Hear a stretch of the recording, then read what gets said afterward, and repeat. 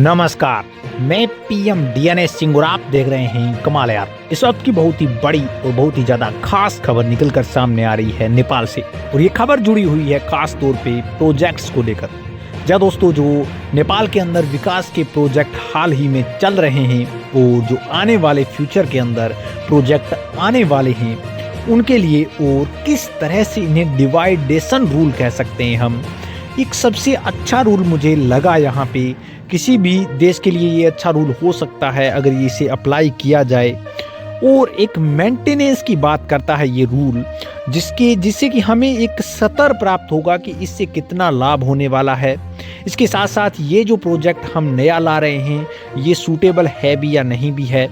ये सारी चीज़ें यहाँ पे मेंटेन करके चलने की बात की जा रही है। क्या है ये पूरा रूल, पूरे रूल को विस्तार से जानेंगे, तो वीडियो के अंत तक बने रहिए। और अगर आप चैनल पे नए हों तो चैनल को सब्सक्राइब करके बेल आइकन दबा लीजिए ताकि आपको अपडेट भी सबसे पहले मिल सके। चलिए वीडियो को शुरू करते हैं। दोस्तों, ये रूल को समझने से पहले हमें समझना पड़ेगा कि ये रूल आया कैसे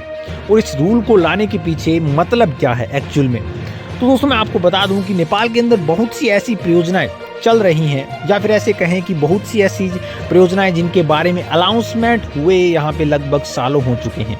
और इसके साथ साथ उनको बनाने के पीछे ये तक संशय है कि इसे बनना चाहिए या फिर इसे नहीं बनना चाहिए। उसी का एक बहुत अच्छा सा एग्जाम्पल मैं आपको बताऊं तो निजगढ़ इंटरनेशनल एयरपोर्ट, जो कि सही मायने में देखा जाए तो अभी उसका कोई नाम निशान नहीं है यहाँ पे एयरपोर्ट का, लेकिन अगर देखा जाए एक हम कहें कि अनाउंसमेंट के हिसाब से सरकारी कर्मचारियों के इस प्रोजेक्ट को बिगेस्ट प्रोजेक्ट के हिसाब से, तो ये एशिया का सबसे बड़ा एयरपोर्ट बनने वाला है। और अगर बनता है तो बहुत बड़े यहाँ पे चेंजेस आ सकते हैं इस चीज़ से, और इसके ऊपर कंट्रोवर्सी भी इतनी ज़्यादा है कि आप अंदाज़ा भी नहीं कर सकते। जिसके अंदर पर्यावरण को लेकर, जो पर्यावरण के प्रति संवेदनशील हैं, वो कहते हैं कि यहाँ पे नहीं बनना चाहिए ये एयरपोर्ट है वो, क्योंकि इससे पर्यावरण को बहुत ज़्यादा नुकसान होगा। ये सारी बातें मैंने आपको पहले भी बता चुका हूँ, तो ये आपको पता भी होगी, और अगर नहीं पता है तो आप वीडियो में जाके देख सकते हैं, आपको वीडियो मिल जाएगा उसका।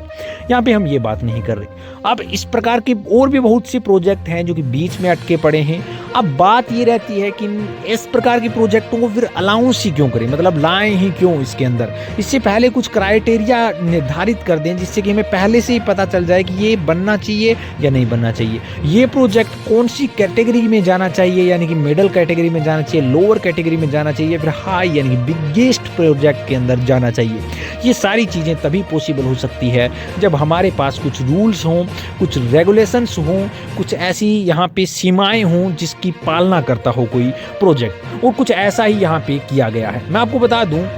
कि अभी जो यहाँ पे सरकारी बेहतरीन ढंग से अगर उच्च स्तरीय परियोजनाओं को पोषण करना है तो उसके लिए यहाँ पे बताया जा रहा है कि आपको पहले प्रूव्ड करना होगा इस चीज़ को कि जो आप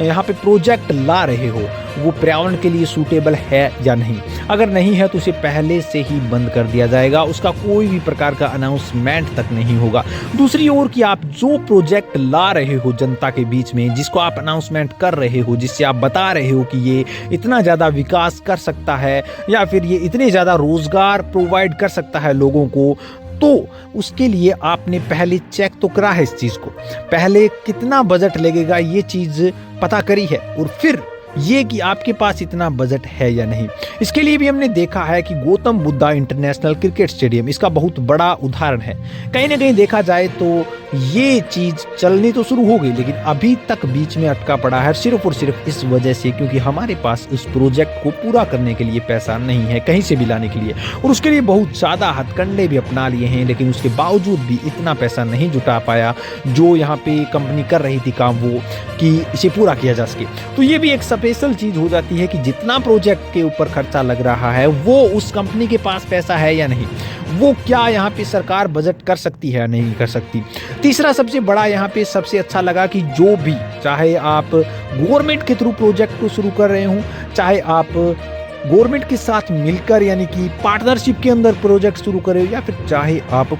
प्योरली 100% अपने थ्रू प्रोजेक्ट शुरू कर रहे हो, उसे पूरा करने की जिम्मेदारी लेते हैं या फिर नहीं लेते हैं। इसके बाद यहाँ पे डिसीजन लिया जाएगा कि आपका प्रोजेक्ट लॉन्च होना चाहिए, आपके जो प्रोजेक्ट का अनाउंसमेंट है वो होना चाहिए या नहीं होना चाहिए, जो कि सबसे बड़ी बात मुझे लगी यहाँ पे इस चीज़ की। और सबसे बड़ी बात की, अब जो प्रोजेक्ट लॉन्च होगा या फिर जो प्रोजेक्ट अनाउंस होगा वो कम से कम पूरा तो होगा, कम से कम लोगों को ये तो विश्वास होगा कि अब ये प्रोजेक्ट अगर अनाउंस हुआ है तो कहीं ना कहीं पूरा होगा। अभी तो लोगों को ऐसे विश्वास होने लग गया है कि ऐसे ही अनाउंस होने के लिए होते हैं प्रोजेक्ट, तो काम करने के लिए कुछ नहीं होता। तो दोस्तों ये सबसे बड़ा रूल और सबसे बढ़िया रूल लगा। आपको कैसा लगा ये अपने विचार कमेंट सेक्शन में जरूर लिखिए। चलिए आज के लिए इतना रखता है, नया अपडेट मिलता है तो फिर आपके सामने हाजिर होंगे। तो वीडियो को लाइक कीजिए, शेयर कीजिए और अगर आप चैनल पर नए हों चैनल को सब्सक्राइब करके बेल आइकन दबा लीजिए ताकि आपको अपडेट भी सबसे पहले मिल सके।